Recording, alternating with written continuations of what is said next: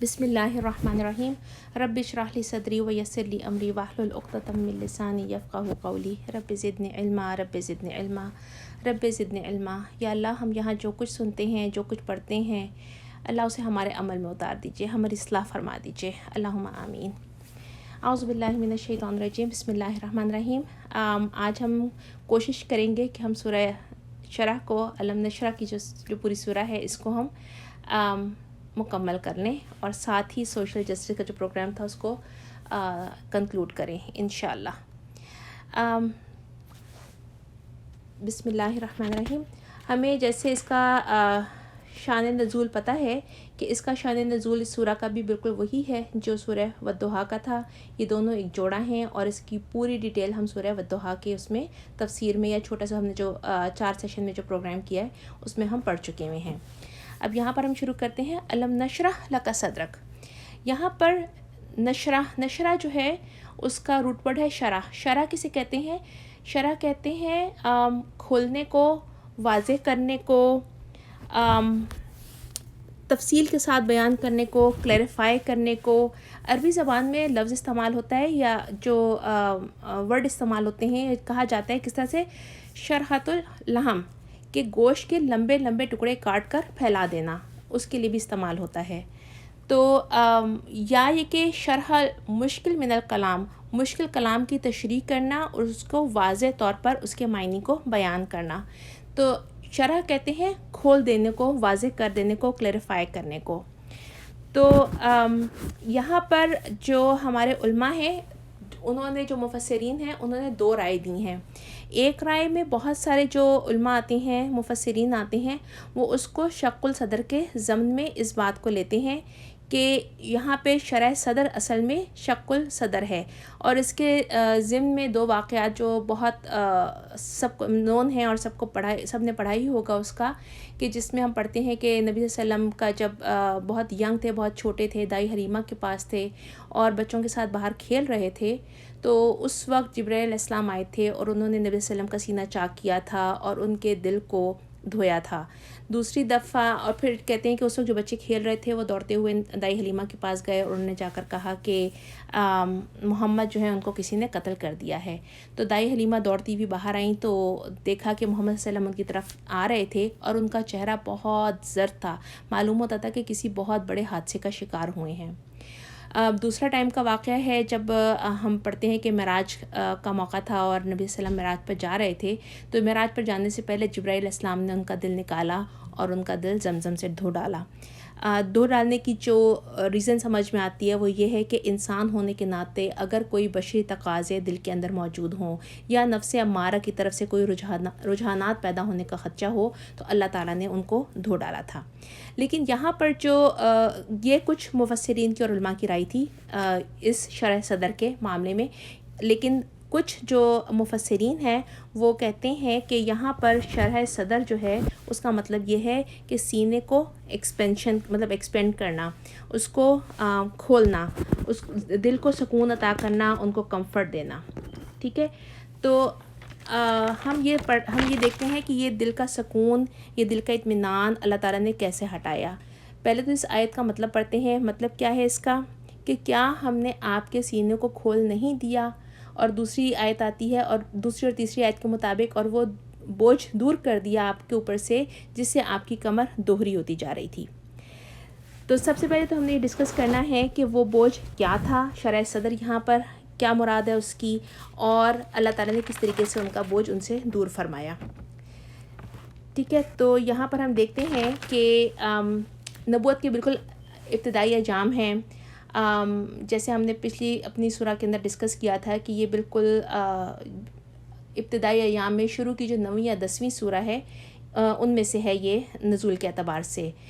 یہ وہ وقت تھا جب اللہ تعالیٰ کے نبی صلی اللہ علیہ وسلم جو ہیں ان کو وہ اسلام میں داخل ہوئے تھے اور ان کے ساتھ بہت ہی کم لوگ تھے جو اسلام میں داخل ہوئے تھے، اور ان تمام لوگوں کو کسی نہ کسی طریقے سے طنز کے ساتھ، تانوں کے ساتھ، اور جو لوگ ہم جانتے ہیں کہ جو غلاموں کے اس میں آتے تھے ان کو باقاعدہ فزیکل ایبیوز بھی کیا جا رہا تھا۔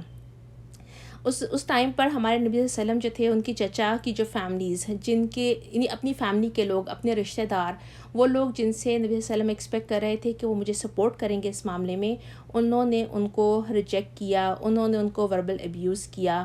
اور اس ٹائم پر ہمارے نبی صلی اللہ علیہ وسلم کو ایسا محسوس ہو رہا تھا کہ شاید کچھ غلط ہو گیا ہے، یا اللہ تعالیٰ مجھ سے ناراض ہو گئے ہیں، یا اللہ تعالیٰ مجھ سے خوش نہیں ہیں، یا مجھے اللہ نے چھوڑ دیا ہے.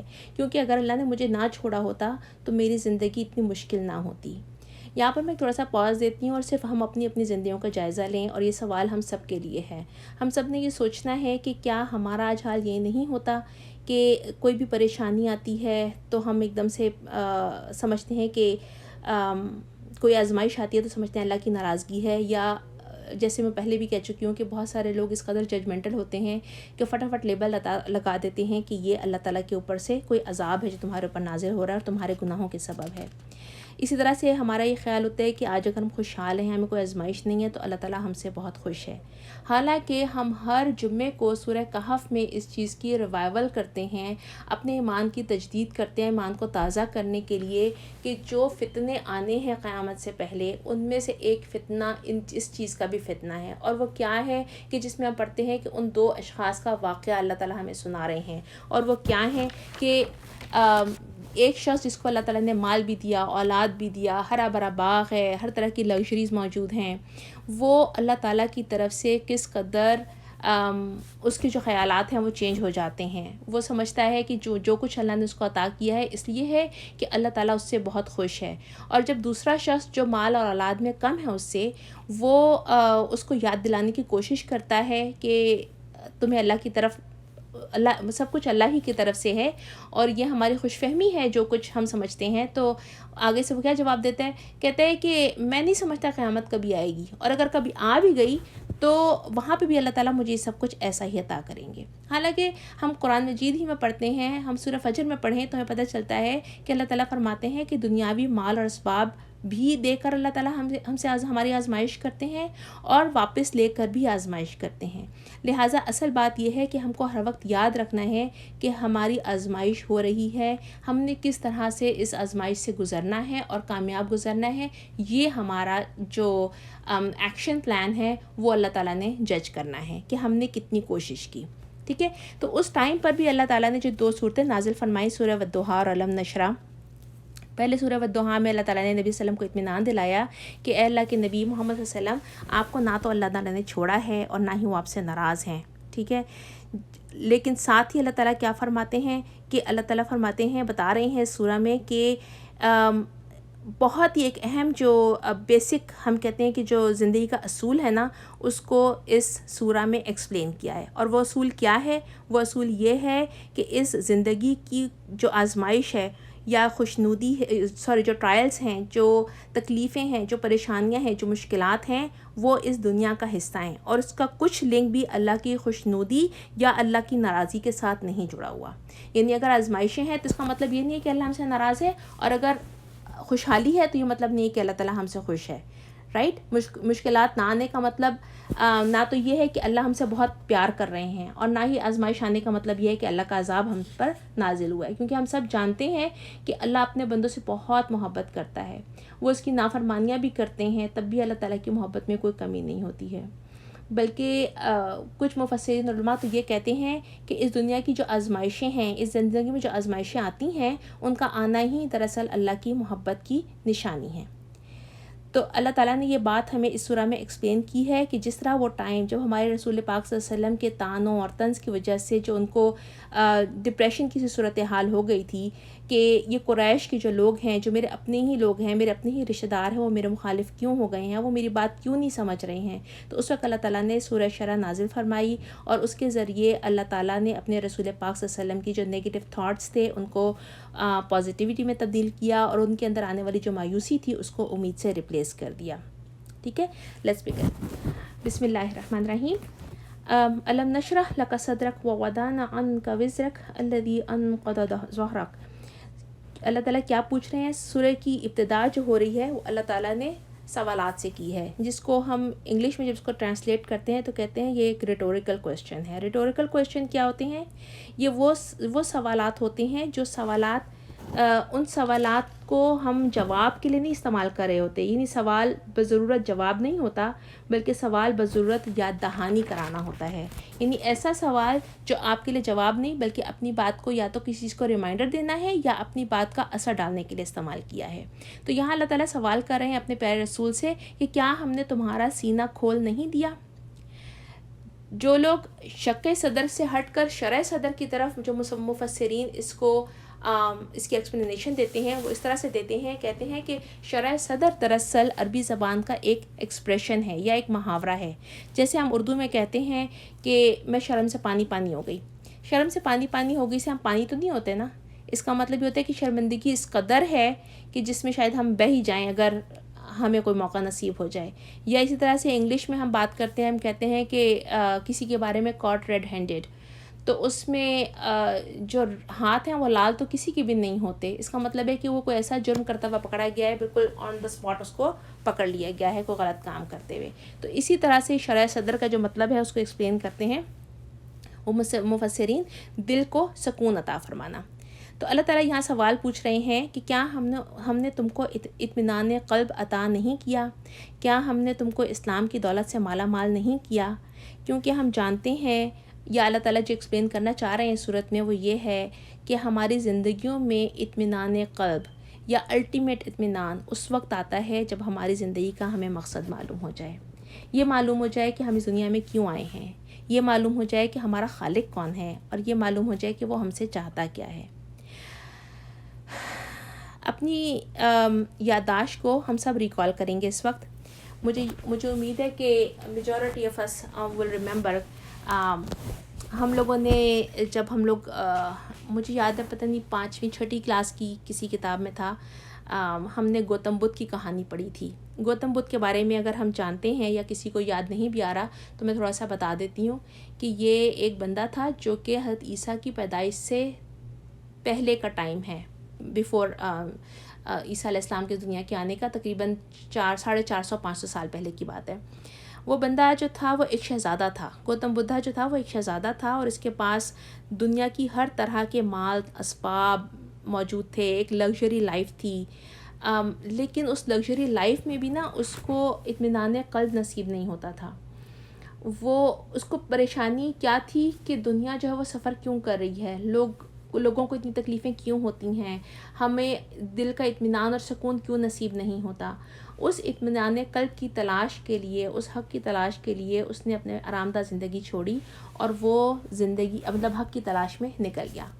لانگ سٹوری ہے, وہ اس میں ہم نہیں آ رہے ہیں, لیکن صرف کہنے کی بات یہ ہے کہ جس شخص کو واقعی اطمینان قلب کی ضرورت ہوتی ہے وہ اللہ کی تلاش میں ضرور نکل کھڑا ہوتا ہے. اور اس بات کو اللہ تعالیٰ قرآن مجید میں فرماتے ہیں کہ الا بذکر اللہ تطمئن القلوب, کہ ہمارے دلوں کا اطمینان جو ہے وہ بے شک ملتا کس سے ہے, اللہ کے ذکر سے, اللہ کے یاد سے.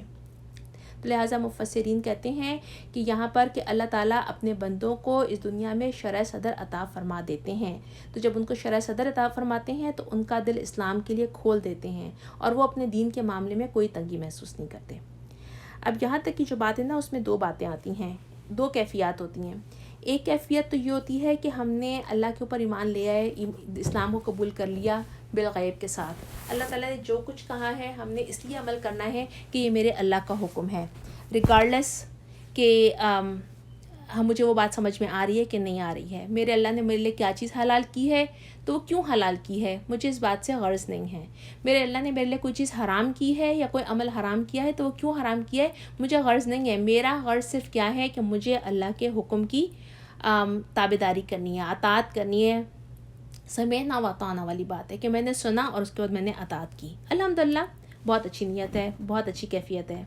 لیکن دوسری کیفیت یہ ہوتی ہے کہ جس میں انسان کے اوپر اللہ کے احکامات کی لاجکس جو ہوتی ہیں وہ کھلنا شروع ہو جاتے ہیں کسی حد تک, کہ اگر اللہ نے یہ چیز حلال کی تھی تو اس کے پیچھے ریزنز کیا تھیں, اور اگر اللہ نے یہ بات حرام کی ہے تو اس کے پیچھے مطلب کیا ریزنز ہیں, کیوں حرام کیا ہے. اور مفسرین کا یہ بھی کہنا ہے کہ جب یہ کیفیت شروع ہو جائے تو انسان کو ضرور اللہ کا شکر ادا کرنا چاہیے, کیونکہ اس کو اللہ نے شرح صدر عطا کی ہے. ٹھیک ہے, اس کو ہم ایک طریقے سے اور بھی سمجھ سکتے ہیں کہ ایک ہوتا ہے ایمان بالغیب، دوسرا ہوتا ہے ایمان بالیقین۔ اور ایمان بالیقین کون سا ہوتا ہے؟ جس کو ہم اپنی آنکھوں سے دیکھ کر یقین کرتے ہیں، اور اس کا بھی واقعہ ہم پڑھ چکے ہوئے ہیں حضرت ابراہیم کے واقعے میں، جو ہم نے قرآن مجید میں پڑھا تھا کہ جب حضرت ابراہیم علیہ السلام نے اللہ سے سوال کیا تھا کہ اے اللہ آپ مردوں کو کیسا زندہ کریں گے، تو اللہ تعالیٰ نے پوچھا کہ کیا تمہیں یقین نہیں ہے؟ تو انہوں نے کہا کہ مجھے یقین ہے لیکن میں اپنی آنکھ سے دیکھنا چاہتا ہوں۔ تو پھر اللہ تعالیٰ نے ان کو پورے 4 پرندوں کو لے کر اس کو کس طرح سے مانوس کرنا ہے، پھر اس کا سارا ایک تفصیل بتائی کہ تو یوں کام کرو تو تمہیں اس بات کا یقین آ جائے گا۔ تو بات یہ تھی کہ ان کا جتنا کام بڑا تھا اس کام کے لیے اتنی ہی زیادہ شرح صدر ضروری تھی، تو یہ سوال انہوں نے کر لیا اور اللہ نے ان کو جواب دے دیا۔ لیکن ہمارا کام کیا ہے کہ ہم یقیناً ایمان بالغیب لے کر آئیں، اور اس کے بعد جس حد تک اگر اللہ ہمیں شرح صدر عطا کر رہے ہیں تو اس پر ہم اللہ تعالیٰ کا شکر ادا کریں انشاءاللہ تعالیٰ۔ ٹھیک ہے، تو یہاں اللہ تعالیٰ فرما رہے ہیں اللہ تعالیٰ اپنے نبی صلی اللہ علیہ وسلم سے کہ کیا میں تمہیں اسلام کے ذریعے، ایمان کے ذریعے شرح صدر عطا نہیں کی؟